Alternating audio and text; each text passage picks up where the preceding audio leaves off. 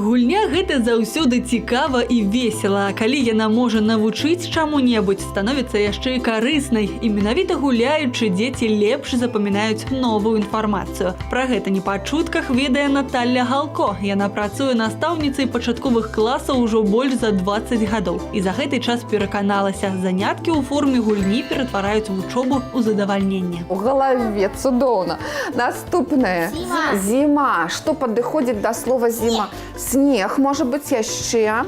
Прывіваць дзецям любоў да беларускай мовы Наталля вырашыла з дапамогай настольных гульняў. Захапленне ў вачах маленькіх вучняў падказала ёй, што кірунак абраны правільна. Дзякуючы маім бацькам маіх вучняў удалося зрабіць 12 першых гульняў, і мы гуляліся з дзеткамі і падчас урокаў у групе падоўжанага дня дзеці бралі з сабой гульні.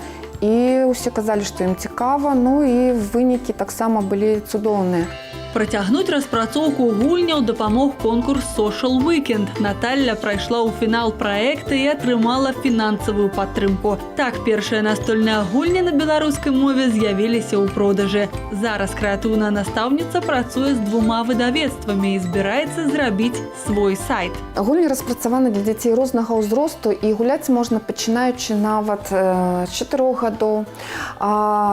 У першых сваіх гульнях дзеткі проста знаёмяцца з новымі словамі на беларускай мове, то бок пашыраецца запас, развіваецца маўленне. Ёсць своеасаблівыя гульні, якія дапамагаюць знаёміцца з адметнымі асаблівасцямі нашай краіны, з адзеннем, якое уласціва нашай краіне, з вядомымі людзьмі нашай краіны, з месцамі, якія мы можам убачыць на Беларусі. На гэтым тыдні ў школах канікулы, і Наталля сустрэлася з вучнямі ў кнігарні, дзе часта праводзяць гульнятэкі па сваіх настолках. Беларускую мову вывучаць лепей ды прасцей, калі ты не проста вучышся, а гуляеш. Сёння мы гулялі ў гномікаў, у гадзіннікі, чыталі кніжкі на беларускай мове.